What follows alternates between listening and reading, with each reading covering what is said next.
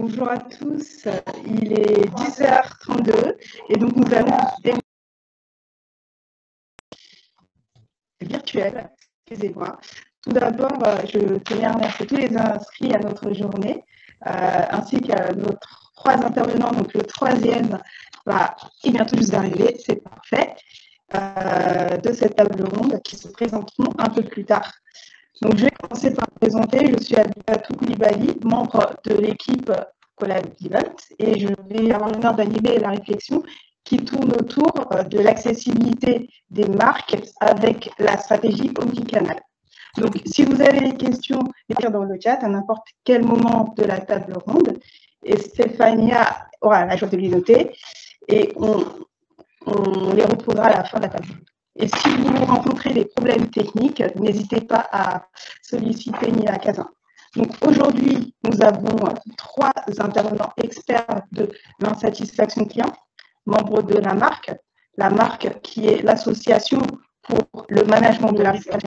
Et donc pour cette table ronde, nous aurons 30 minutes, donc jusqu'à 11h03, ce qui devrait faire environ 8 minutes par personne. Donc, nous allons laisser nos intervenants se présenter brièvement et procéderons par intervenir Marie-Louis Julien, Gaëtan Maillet et enfin Pierre Vol. Donc, Marie-Louis, je vous laisse vous présenter, du coup.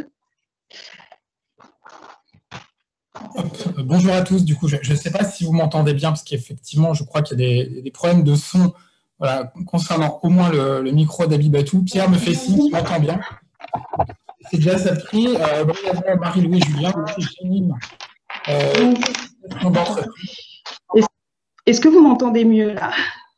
On t'entend bien, Abibatou. Voilà, je crois. Ah, super. Est-ce que c'est mieux? Oui. Ouais. Ah, excusez-moi, alors je devais être les écouteurs. Donc, du coup, Marie-Louis. Et là, on ne vous entend plus du tout, Abibatou. J'arrive tout de suite. Je change d'ordinateur. Du coup, je vais meubler en attendant. Donc... Voilà, donc pour ma part, Marie-Louis Julien, j'anime une association de professionnels qui s'appelle La Marque, Association pour le management de la réclamation client. On réunit à peu près 300 entreprises principalement françaises sur un sujet qui est finalement comment capitaliser sur les feedbacks des consommateurs et notamment quand ils sont négatifs, voilà, ou en creux quand ce sont des opportunités d'amélioration. D'accord. Donc, Marie-Louis, du coup, en tant que... non, alors je vais laisser Gaëtan plutôt se présenter. Bonjour à tous, Gaëtan Maillet. Donc, moi, je travaille chez Decathlon depuis 20 ans et depuis 4 ans, je lead un projet qui s'appelle Easy Return, qui est de faciliter le retour pour nos clients. Voilà. Enchanté de faire votre conférence aujourd'hui, en tout cas, et de pouvoir participer avec vous à ces échanges et ce partage. Merci également de m'avoir convié. Donc, je suis Pierre Vol, je suis professeur à l'Université Paris-Dauphine et je suis ancien président de l'Association française du marketing. Et je m'intéresse bien sûr à ces sujets de relations clients, d'expérience client. Je suis peut-être un expert de l'insatisfaction parce que je suis souvent insatisfait en tant que client. Et du coup, peut-être pour conclure, Abibatou, et par rapport à la question que vous alliez poser, quel était le rôle de chacun là-dedans pour faire vite et mettre mes deux acolytes à l'aise. Voilà, la marque, c'est effectivement une association qui réunit tant des professionnels, donc là, on peut y voir à la fois le côté Gaëtan pour le compte de Decathlon ou d'autres entreprises, et on aime aussi à créer des passerelles, des ponts avec d'autres univers, dont l'univers universitaire, chercheur, et c'est notamment dans ce cadre-là où avec Pierre, pour le compte de Dauphine, on a pu réaliser un certain nombre de travaux communs, des partages, des témoignages, et dans les jours, semaines à venir, notamment un bouquin dans lequel Pierre contribue, notamment sur ce sujet de l'accessibilité. Et du coup, il me semblait que par rapport au sujet que vous souhaitiez aborder, le fait d'avoir à la fois le côté de Decathlon et de Pierre pouvait être fort enrichissant pour vos participants. Super. Alors, commençons par poser les bases, du coup. Je vais me tourner vers Pierre, qui est, du coup, comme vous l'avez dit, professeur de marketing spécialisé en Customer Management. En quoi consiste la stratégie omnicanal et en quoi elle diffère de la stratégie multicanal et cross-canal? Alors, effectivement, en tant que professeur, j'aime bien définir un peu les termes du sujet dont on parle. Donc là, on a deux choses. On a d'une part donc l'omnicanal et d'autre part l'accessibilité. Donc déjà sur l'omnicanal, c'est important de distinguer plusieurs niveaux peut-être de maturité dans les entreprises. Le premier niveau, c'est de proposer plusieurs canaux pour les clients, hein, par exemple l'email, le téléphone, le point de vente.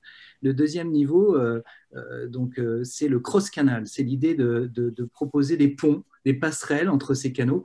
Et on peut penser notamment au Drive, par exemple, où on va commander en ligne et puis récupérer en point de vente. Ça, c'est typiquement du cross-canal. Et puis, plus récemment, on a parlé d'omnicanal.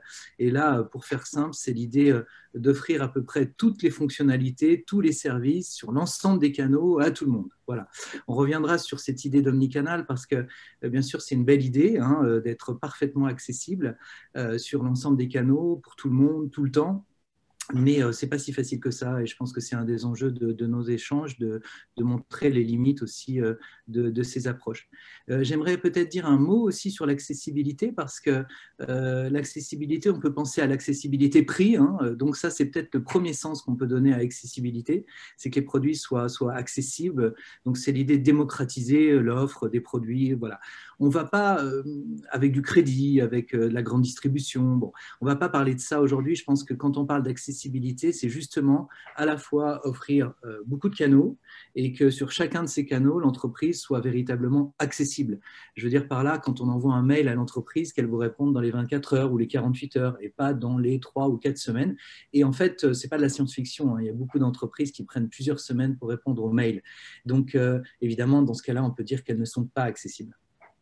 D'accord. Donc, vous avez dit offrir beaucoup plus de canaux pour être accessible et peut-être offrir toutes les fonctionnalités dans le cadre de l'omnicanal. Marie-Louise, peut-être avez-vous quelques éléments à ajouter à cette définition ou alors c'est plutôt complet? La notion d'omnicanalité, moi j'ai tendance, si j'avais une image à utiliser, c'est la notion de polyphony corse. C'est-à-dire que pour ceux qui sont des aficionados de beauté, très clairement, une polyphonie corse, il suffit juste qu'il y ait une voix qui parte en vrille et c'est rapidement un carnage. Donc, effectivement, proposer toute une architecture, une ingénierie de relations, d'interrelations, de conversationnalité ou de conversion, oui, c'est ça. C'est bien beau, mais attention à ne pas... c'est le fameux under-promise et sur-deliver. Il faut faire attention à ne pas être à l'envers et de suivre plutôt des effets de mode. Et là-dessus, notamment avec Dauphine et Easyware, on avait mené en place une étude l'année dernière. Et parmi un des enseignements, il y avait le fait que les entreprises qui disposaient de plus de canaux, je ne sais pas si tu te souviens, Pierre, mais je crois que c'était ça, n'étaient pas forcément les entreprises qui avaient été identifiées également comme les plus matures.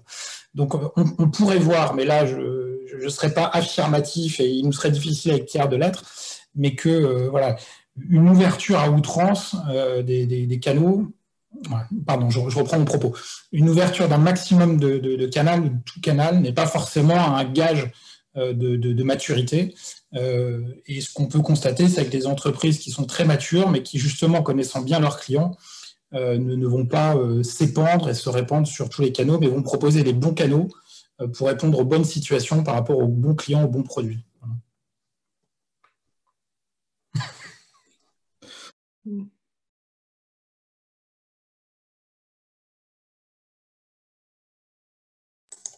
Je crois qu'on ne vous entend plus très bien. Oui. Je vais m'adresser maintenant à Gaëtan, qui est leader sur le projet Easy Return, qui revoit en fin de compte toute la manière de faire un retour produit omnicanal, et tout cela autour de l'expérience client. Pourriez-vous nous illustrer en quelques mots comment vous appliquez la stratégie omnicanal dans le cadre de ce projet et peut-être quels outils vous utilisez pour améliorer l'expérience client dans cette insatisfaction, on va dire? Donc, Pierre et Marie-Louise ont bien défini ce qu'était l'omnicanal. Je rajouterais juste une chose, c'est que c'est bien le client qui choisit son canal, soit d'achat, soit de communication, et l'entreprise qui propose ses canaux. Donc, en proposant ces canaux, comme on a dit, il faut proposer des bons canaux pour garantir la bonne promesse au client et celle qu'on a définie, peut-être avec lui, Et donc, en réalité, l'omnicanalité, c'est pas un process, hein, c'est bien générer une expérience pour les clients. Alors, pour moi, en tous les cas, qui gère un projet assez transverse sur le retour, qui est un irritant client, parce que quand on fait un retour, c'est qu'on a une déception, et donc il faut pouvoir ensuite permettre aux clients d'être enchantés. Donc, ce qui est important pour nous, et ce qu'on a défini, c'est faciliter, rendre simple le retour et le rendre autonome à travers les différents canaux. Donc, les différents canaux, on les a choisis pour nous. Il y en a deux, principalement un retour magasin qu'on peut faire ou un retour digital. Dans ce retour magasin ou digital, il y a deux choses. Soit c'est un retour d'un produit neuf, et là, ça va aller assez simple, ou soit c'est un retour d'un produit où il y a eu un petit souci de qualité, et là, on va être obligé d'intervenir beaucoup plus avec le client. Donc, nous, on a fait le choix sur les retours, je dirais, de produits neufs, c'est de proposer des solutions hyper rapides, hyper simples pour pouvoir rembourser très rapidement le client. Donc, on a mis en place en magasin une borne autonome. On a la chance d'avoir la technologie qui nous permet avec le RFID. On a fait simplement une caisse inversée et on a fait confiance au client pour pouvoir, je dirais, biper lui-même son produit et directement rembourser si c'est un problème de taille ou un changement d'avis. Et on a justement automatisé ces choses-là en magasin parce que les irritants, c'est la queue, bien sûr, à l'accueil des magasins. Peut-être que vous avez pu connaître ces malheureuse queue dans les magasins pendant la période du Covid parce qu'effectivement, les gens achetaient soit par d'autres canaux et ils venaient en magasin les rembourser, les échanger. Et donc, ça facilite, je dirais, et augmente la rapidité. Pendant ce temps-là, quand on a un souci avec un produit, nous, on a essayé, comme l'adage de la marque, hein, quand on a un pépin, on essaye de le transformer en pépite. Et c'est là qu'au moment où le client il a besoin, au-delà de la digitalisation, d'une relation client forte. Et donc, si vous avez eu un problème avec votre chaussure de randonnée et que vous souhaitez la ramener, vous n'avez peut-être pas beaucoup envie de voir l'hôtesse d'accueil vous la rembourser immédiatement, mais peut-être rencontrer un vendeur conseiller qui va pouvoir mieux vous accompagner sur le futur choix de la chaussure. Et pour nous, de pouvoir savoir véritablement la problématique pour pouvoir la faire remonter, je dirais, au chef de produit chez nous et de faire du working progress sur nos produits, puisqu'on est une entreprise intégrée. Et puis, sur la partie digitale, là, on a pu constater que nos parcours étaient très longs, environ une trentaine de clics pour pouvoir faire un retour, alors que directement chez Amazon, en 2-3 clics, vous êtes remboursé immédiatement, etc. Donc là aussi, c'est des standards qui sont en train de bouger, pour lesquels nous, on n'est pas un pure player et pour lesquels on est obligé de s'adapter. Parce que les clients, ils parcourent différents sites et ils voient les avantages et les concurrences qu'ils peuvent permettre et leurs habitudes d'achat peuvent se tourner vers ces enseignes-là parce que c'est plus facile, c'est plus simple, c'est plus rapide. Et donc, les enseignes historiques du retail ont tout intérêt sur leurs canaux à améliorer leur expérience, en tous les cas, pour pouvoir, je dirais, rester compétitif, non plus sur le produit, peut-être parfois, mais sur le service et la qualité de service qu'on propose. Voilà un petit peu sur cette partie, je dirais, client. On reviendra tout à l'heure sur la partie collaborateur parce que c'est aussi essentiel d'avoir cette symétrie. On reviendra sur ces points, je crois. Donc oui, si j'ai bien compris, en fin de compte, avec l'omnicanal, on va fluidifier, peut-être simplifier le parcours client, car on mobilise plusieurs canaux. Et si j'ai bien compris, au final, quand vous partez des réclamations, on part d'une expérience, on va dire, négative, entre guillemets, pour sortir dans une expérience positive. Comme vous l'avez dit, transformer la pépite en pépin en pépin en pépite, c'est ça. C'est ça. C'est bien. Alors, je vais m'adresser maintenant à Marie-Louis. Gaëtan, du coup, nous a parlé des bienfaits du retour omnicanal avec, par exemple, une expérience client qui va être, comme j'ai dit, qui va être beaucoup plus fine. Mais y a-t-il des inconvénients ou des limites à cette stratégie omnicanal? Alors, les limites, je pense que c'est ce qu'a pu évoquer Pierre en propos liminaire. Et je pense que c'est ce confirmé Gaëtan, c'est-à-dire que l'objectif de l'entreprise est de pouvoir proposer une expérience client, une alchimie relationnelle qui soit positive et donc finalement qui soit cohérente qui soit facile. Et donc, en cela, si ouvrir différents canaux et leur permettre d'échanger, d'être interconnectés, c'est effectivement du plus.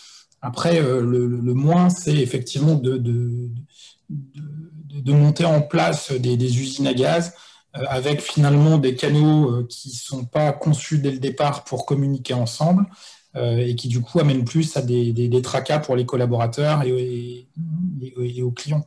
Donc c'est de vraiment savoir pourquoi on part dans cette stratégie entre guillemets omnicanal, de vraiment la réfléchir, la penser et la concevoir. Et là, je ne sais pas Gaëtan si je te laisserai en parler tout à l'heure, mais notamment il me semble que la problématique du retail est extrêmement intéressante en cela, c'est qu'on a des points de vente qui sont réellement physiques, on a aussi du commerce qui se développe de plus en plus sur Internet, on a aussi des personnes qui tout simplement ont l'habitude du téléphone. Et aujourd'hui d'ailleurs, la plupart des études, parce que ça dépend comment on pose les questions, mais quand elles souhaitent avoir une réponse à une insatisfaction, elles souhaitent avoir un homme ou une femme au téléphone. Elles souhaitent être pris en charge donc, par de l'humain. Et donc ça passe aussi par du téléphone. Donc c'est vraiment savoir pourquoi on va proposer différents canaux et s'assurer que ces canaux conversent bien. Et à défaut, vous allez monter des usines à gaz, des choses qui seront incompréhensibles et vous allez effectivement imposer au client de rappeler à chaque fois l'histoire qui est la sienne. Et Pierre pourra vous en parler avec sa table de jardin tout à l'heure. Justement, je voulais m'adresser à Pierre. Peut-être avez-vous d'autres éléments à ajouter et qu'en est-il aussi des clients vulnérables par rapport à l'accessibilité des marques? Oui, alors voilà, Marie-Louise nous trahit. On a un peu préparé cette table ronde en amont. Donc, j'avais raconté une petite mésaventure. Une table de jardin achetée le 24 décembre, enfin livrée le 24 décembre, très insatisfaisante. Et puis, je vous annonce la bonne nouvelle, je viens de recevoir le mail de réponse aujourd'hui, 12 janvier, 24 décembre, 12 janvier, 3 semaines. Donc, quand je disais que la notion de réactivité est importante, là, on a un beau contre-exemple, hein, l'inverse de Decathlon. Alors, je ne donnerai pas la marque puisqu'ils ont eu la gentillesse de me répondre après 3 semaines, donc on va rester sympa. Mais effectivement, cette exigence de réactivité, les entreprises ne la prennent pas en compte, ça c'est le premier point.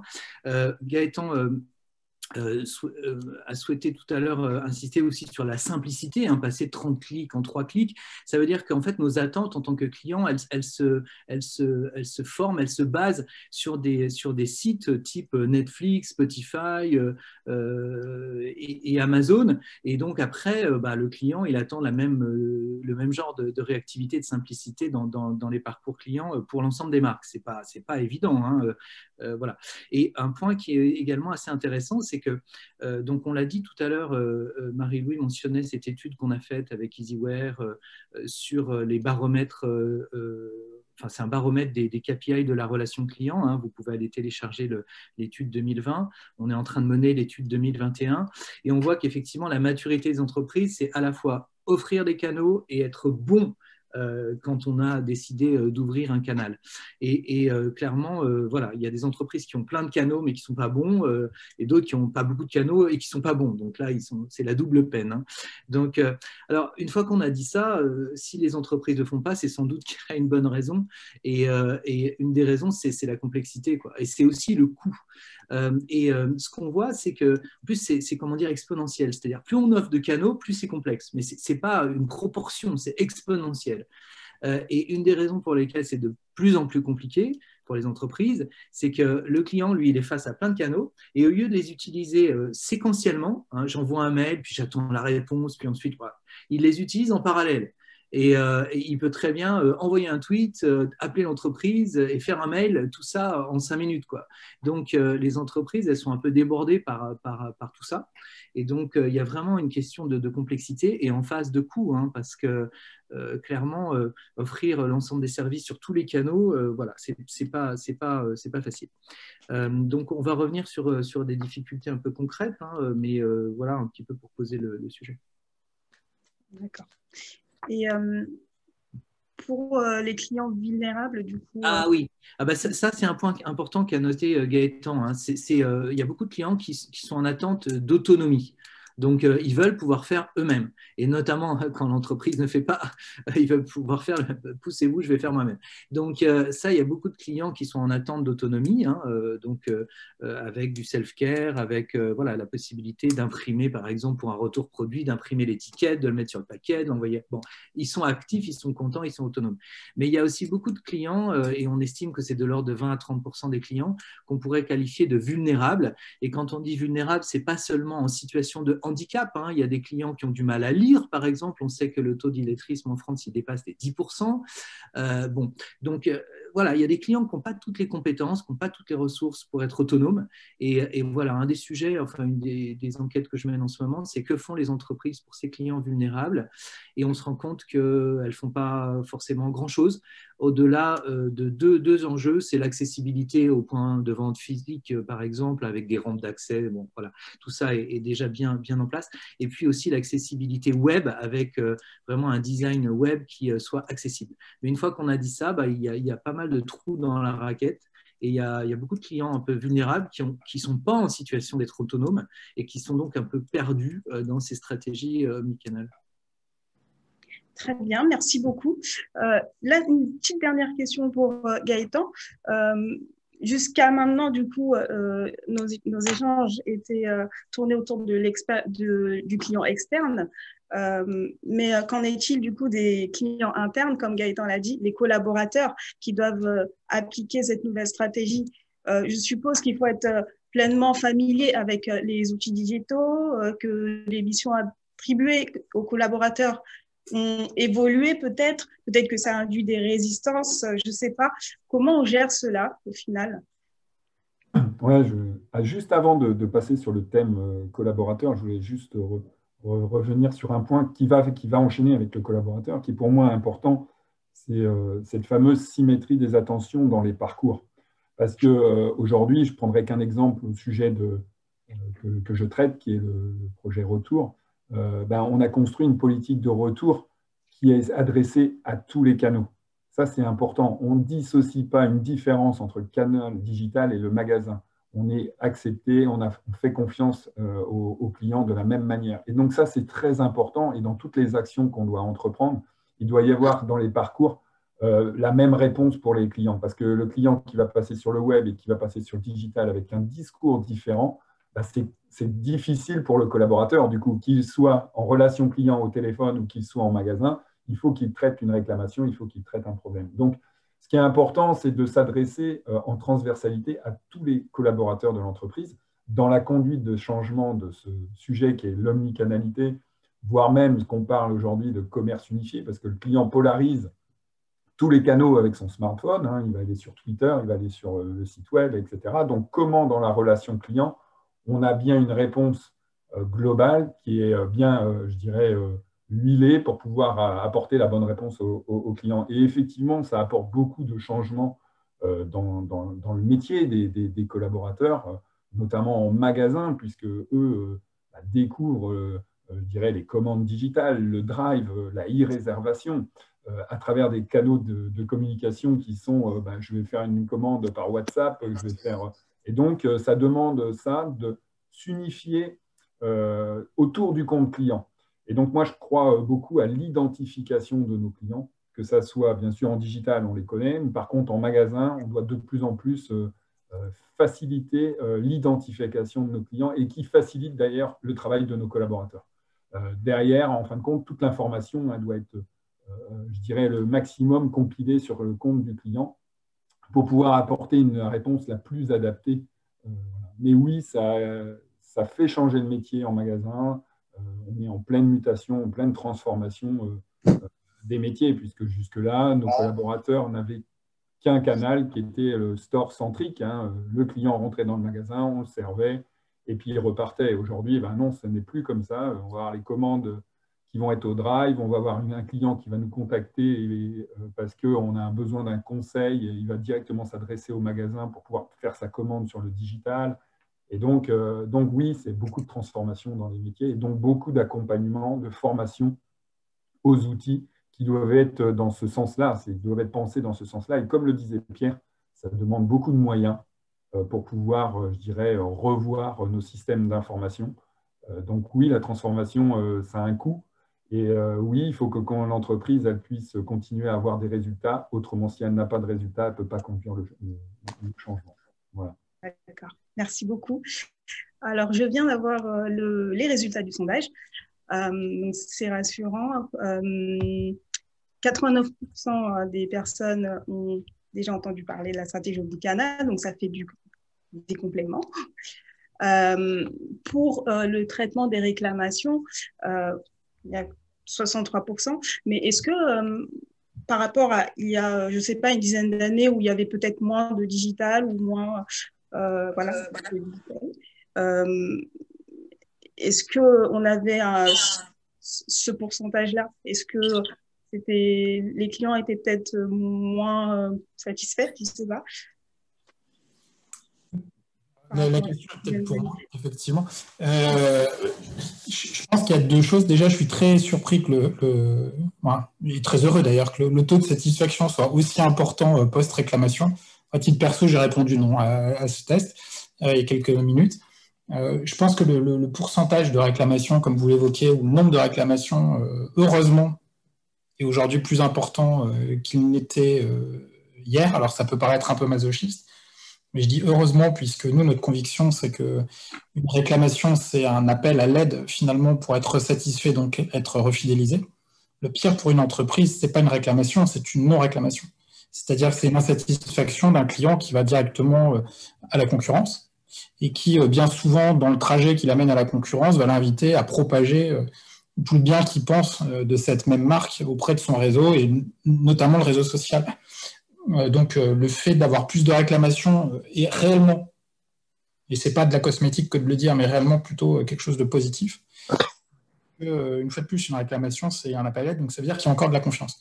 Après, voilà, il ne faut pas être non plus masochiste. Le but d'un service client, d'une entreprise, c'est, moi je le définirais ainsi, c'est de dire qu'il faut essayer d'arriver il faut avoir un maximum de réclamations sans réitération. C'est-à-dire qu'en fait, l'entreprise la mieux organisée dans le management de l'insatisfaction client, qui est donc, je réponds au consommateur insatisfait et j'exploite l'information, donc je manage l'insatisfaction client. La meilleure chose, c'est effectivement de faire en sorte qu'il n'y ait pas de réitération. C'est-à-dire que la même source de dysfonctionnement ne puisse être faite une seconde fois. Voilà. Donc non, moi je trouve ça plutôt réellement positif. Et la première chose, quand une entreprise nous dit moi dans mon entreprise tout se passe bien, j'ai pas de réclamation, généralement on lui dit que le certificat de décès doit être en cours de formulation quelque part. Merci beaucoup pour cette conclusion. Là, c'est même mon épitaphe, si vous voulez. Il est 11 heures. Le timing a été respecté. Bravo à vous. Nous allons passer aux questions des participants. Alors, avons-nous des questions? On a reçu, Abibatou, quelques questions en dehors du chat, puisqu'on peut aussi faire différents chats. Donc, il y a eu quelques petites confusions. Donc, je peux les dire à l'oral si tu veux. Bien sûr, je t'en prie. Alors, on a reçu comme question, y a-t-il des secteurs en particulier pour lesquels la stratégie omnicanal est indispensable, ou est-ce qu'il faut en mettre une en place pour tous les secteurs, Pierre?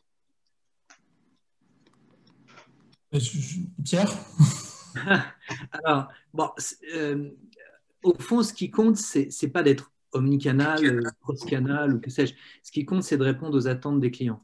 Et donc, clairement, les attentes des clients, elles sont, voilà, quand vous êtes effectivement dans le Canal+, par exemple, vous faites face à Netflix. Quand vous êtes un site marchand, vous faites face à Amazon. Donc, forcément, le ton est donné, le niveau d'exigence est super élevé, quoi. Maintenant, il y a des secteurs où il y a moins de référents comme ça, hein, type Netflix, Amazon, Spotify. Voilà, donc quand il n'y a pas d'entreprise référente comme ça qui fixe un niveau d'attente très élevé, on peut peut-être être un peu moins voilà, bon en termes de cross-canal ou d'omnicanal.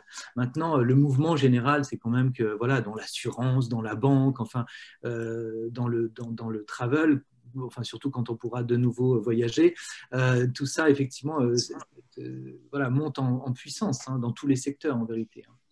Alors souvent on parle du B2B aussi, il ne faut pas oublier que l'économie c'est fait à 80% de B2B quand même, on a beaucoup tendance à se concentrer sur le B2C. Dans le B2B c'est encore plus complexe parce que quand une entreprise est en relation avec une autre entreprise, en fait vous avez plein d'interlocuteurs de chaque côté, quoi. Et donc là c'est encore plus complexe d'offrir vraiment un système cross ou omnicanal. Mais ça fait son chemin aussi en B2B, clairement. Bien, justement, pour rebondir sur le fait que vous parliez de cross-canal, la deuxième question qu'on a reçue, c'est justement quelle est la différence, en quelques mots, entre la stratégie multicanal, cross-canal et omnicanal, si ça n'a pas été très bien compris par certains participants. Alors, monocanal, 1. Pluricanal, plusieurs, mais qui sont chacun comme des tuyaux en parallèle, quoi. Cross-canal, il y a des croisements en fait entre ces canaux. Par exemple, le drive, je commande en ligne et je vais chercher en magasin. C'est du cross parce qu'il y a deux canaux mais qui sont articulés en fait. Okay, et puis omni, ça veut dire tout. Donc c'est tous les canaux, tous les services pour tout le monde, tout le temps. Tout omni. Ça communique entre eux. Ah bah oui. Ouais. Non, j'explicite ce qui pour toi est évident. Absolument. Désolé si ça n'était pas clair. Très bien, eh bien merci.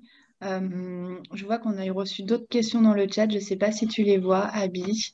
Mais on a reçu une question de Mourad. Mourad Adarsa, donc, qui est responsable de notre formation, qui nous dit donc suis-je le seul à trouver que les entreprises de distribution françaises ont au moins 10 ans de retard sur Amazon ou en termes de stratégie de relation client? Ah. Qu'est-ce que vous en pensez? Oui, mais je dirais que oui. Mais ce qu'il faut aussi, c'est s'adapter par rapport aux clients. Aujourd'hui, le client américain déserte la grande distribution, fait ses commandes de chez lui, etc. C'est un mode culturel de consommation qui arrive en France avec le décalage de 10 ans, comme habituellement, toutes les innovations arrivent en France. Donc oui, ils ont un niveau de satisfaction qui est fort, mais nous, dans le retail, on a encore, grand nombre d'entreprises ont encore 80% de leur chiffre d'affaires qui est fait par les magasins. Et donc, on ne peut pas switcher dans une... voilà, parce qu'il y a des enjeux humains, des enjeux immobiliers. Et donc, oui, on voit avec la crise du Covid que petit à petit, les clients commandent par Internet. Hein, le taux a fortement progressé depuis. Est-ce qu'ils vont rester ou pas? Il y a beaucoup d'incertitudes là-dessus. Mais est-ce qu'il faut copier? Je ne sais pas. En tous les cas, est-ce qu'il faut adapter et voir un autre type de consommation beaucoup plus sur l'environnement, les choses comme ça? Il y a peut-être aussi des nouveaux paradigmes qu'on n'a pas encore explorés et je ne suis pas un fervent, en tous les cas, à copier Amazon, absolument. Voilà. C'est aussi à apporter la proximité client, ce qu'attendent aussi les clients français, en tous les cas, pour nous, en tous les cas, chez Decathlon. Donc, c'est du omni pour l'instant, parce qu'il faut bien être à l'écoute des besoins des clients pour l'instant. Voilà. Il y a encore beaucoup de gens qui nous écrivent par mail, par courrier. Hein. Voilà, comme l'a dit aussi Marie-Louis, il y a encore beaucoup de gens qui nous appellent au téléphone. Donc, attention à la course tout droit Amazon. Je ne crois pas à ça, moi. Je crois pas. C'est plus subtil que ça. Ouais. Et je pense que ce qui, pour moi, en tout cas, est intéressant dans le cas d'Amazon, et Pierre aura peut-être un point de vue complémentaire, c'est qu'Amazon, la réussite d'Amazon, c'est d'être parti sur les irritants, en fait. Amazon, créé il y a quelques années, est parti sur un challenge fou qui était d'être sur du e-commerce à une époque. Alors, je me entends en écho, ce qui est désagréable. Là, c'est bon. Ce qui est assez intéressant avec Amazon, disais-je, c'est qu'ils sont vraiment partis sur les irritants. C'est-à-dire qu'à la base, cette société se crée sur du e-commerce, on est vraiment au début du commerce en ligne, part sur des produits à distance, donc des produits qu'on ne voit pas. On a de l'achat sur Internet avec une sécurité de transactions qui, à l'époque, est plutôt balbutiante sur le marché. Et en fait, Amazon s'est attaché à traquer toutes les sources de défiance que pouvait engendrer une relation entre un consommateur et une marque en plus américaine. Alors pour le français, ça pouvait être le pire. Et ils se sont attachés vraiment à expurger tous les irritants, toutes les sources de défiance. Et je pense que, il me semble qu'Amazon est surtout intéressant pour ça. C'est-à-dire, en fait, quelle que soit mon entreprise, c'est d'identifier quels sont les irritants, quelles sont les insatisfactions, quelles sont les sources de défiance que je peux générer moi en tant que marque pour pouvoir travailler sur ce que je donne à vivre finalement à mon client. Et c'est surtout en ça, je pense que Amazon doit être stimulant. Et comme dit Gaëtan, le modèle d'Amazon est un modèle. Mais pour autant, c'est peut-être pas le modèle qui convient à tous les clients et qui convient peut-être pas non plus à toutes les industries. Non, c'est certainement pas le seul modèle. Mais ceci dit, on a mis 50 ans à adopter le libre service par rapport aux États-Unis, 50 ans. Donc, si on n'a que 10 ans de retard sur le cross-canal, déjà, ça veut dire qu'on s'améliore. Et puis, on n'a peut-être pas 10 ans de retard. Mais moi, je dirais que c'est d'abord une question de culture. C'est faire confiance aux clients, vraiment. Quand on revient, on n'a pas besoin avec son produit, on n'a pas besoin d'un huissier qui montre que le produit est déficient. Il est déficient, je ne le veux plus. Voilà. Donc, c'est faire confiance aux clients. Et deuxièmement, c'est tenir ses promesses. Vous appelez un artisan qui vous dit « je vous rappelle demain ». Alors, les promesses n'engagent que ceux qui les croient, mais clairement, quoi. Jamais on vous rappellera demain. Et donc, ça, c'est une question de posture et de culture vraiment et de respect des promesses, en fait. Et ça prend du temps à changer, quoi. Alors, Gaëtan vient de nous laisser un message. Il va avoir une contrainte, donc il va nous quitter. Je vous remercie à tous. Voilà, et n'hésitez pas, je suis à disposition pour répondre à vos questions si je n'ai pas répondu à toutes les questions. Voilà. Donc, sur LinkedIn, voilà, il n'y a pas de souci. Je tenais à vous remercier. Je vous souhaite une bonne journée à vous tous et une bonne fin de conférence. Merci, Gaëtan. On a juste une dernière question de Dominique qui nous demande sur quel canal on juge que c'est une réclamation et qu'on la prend en charge. Alors, nous, la définition de la réclamation, c'est toute insatisfaction exprimée à l'entreprise dont on demande la prise en compte et la non-récidive. Donc, quel que soit le canal sur lequel s'exprime la réclamation ou l'insatisfaction, à partir du moment où elle est destinée à l'entreprise, ça doit être topé comme une réclamation. Donc, si vous allez, pour être très schématique, vous allez sur Internet, vous dites Decathlon est parti, donc je vais taper dessus. Le produit que j'ai acheté chez vous est pas bon, vous êtes mauvais, ça s'adresse à la marque, je réponds. Si par contre c'est dans une conversation de type privé mais en visible, j'ai acheté un produit chez Decathlon et c'était pas terrible, pour nous, par rapport à notre définition, ce n'est pas une réclamation, c'est une insatisfaction. Toutefois, à l'entreprise d'écouter cette insatisfaction client et par rapport à sa politique, peut-être de rentrer en contact ou de traiter ou au moins de monitorer. Voilà. Donc la réclamation, c'est pas une question de canal, pour nous en tout cas, c'est le fait que ça s'adresse à l'entreprise et on attend quelque chose de sa part. Très bien. Eh bien, merci beaucoup pour vos interventions. Nous allons passer la publicité. Merci à tous et bonne journée. Merci beaucoup. Bonne journée. Au revoir. Merci. Alors oui, effectivement, comme l'a dit Abibatou, on va pouvoir bientôt accueillir Geoffrey Joannet pour la prochaine interview. On va vous passer une petite vidéo très rapide pour vous présenter quelques projets qui sont menés par le master, donc management, qualité digitale et relations clients. Donc, ça dure vraiment quelques petites minutes et ensuite, on pourra donc accueillir Geoffrey Joannet qui, je vois, est déjà connecté. Bonjour Geoffrey, impatient. Super. Bon, eh bien, je passe la vidéo et Stéphania donc, vous accueillera tout de suite après.